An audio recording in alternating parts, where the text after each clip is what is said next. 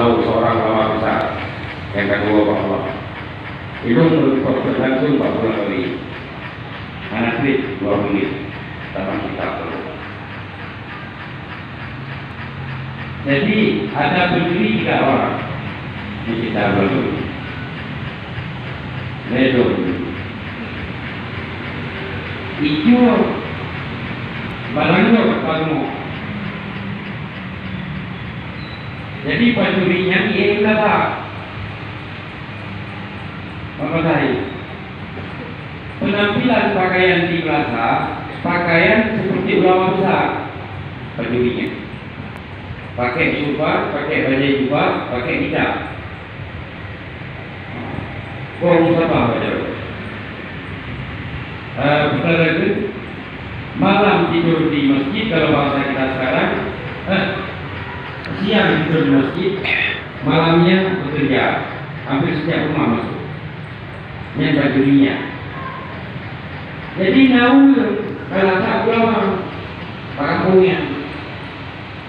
Undanglah ulamanya itu yang redo ulama pendirinya. Ulama tadi, bukan pendiri tadi. Ulama pendiri tadi untuk makan jamuan di rumahnya.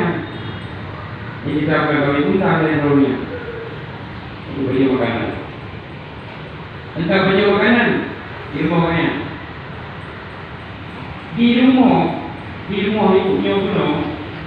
Nah ini sakit, kata kerja sudah menahun sakitnya, tidak ada apa lagi.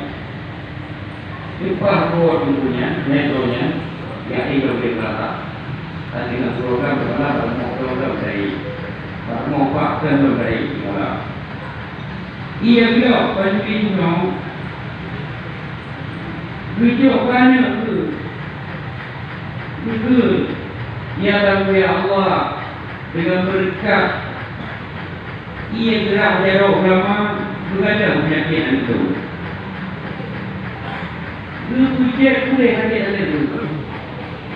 Kalau anak dari abdi, firman Allah dalam hadis kursi, saya bagaimana yang disangkakan oleh siapa? Kalau mereka menyangka itu ulama, maka kami berikan ia hadirnya khasiatnya seperti khasiat tangan ulama. Berarti kenapa berarti? Kitanya ulama kita beri. Dia boleh hati beri dia ulama ni. Jadi kita tak pernah ada ulama yang berubah, lagi kami boleh. Jadi sebahagian sedikit jangan. Pada dia tanya dulu pada dia ulama itu rumah dia. Untuk teknologi, kaji. Yang kita bangga, badan, kulit.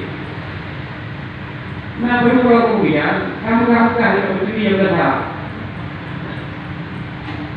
Lalu, pendiri gaya bersama ini, kau lamanya.